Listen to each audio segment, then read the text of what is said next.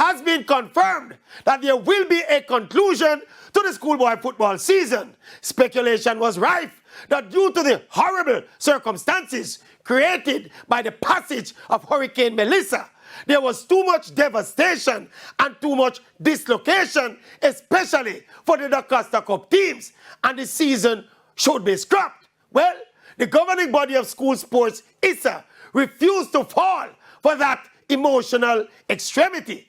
They did their consultations with the schools, the coaches, and we assume the players. And we are told that stakeholders want to play. And look, it's not like not playing these few football games will make the misery created by Melissa disappear.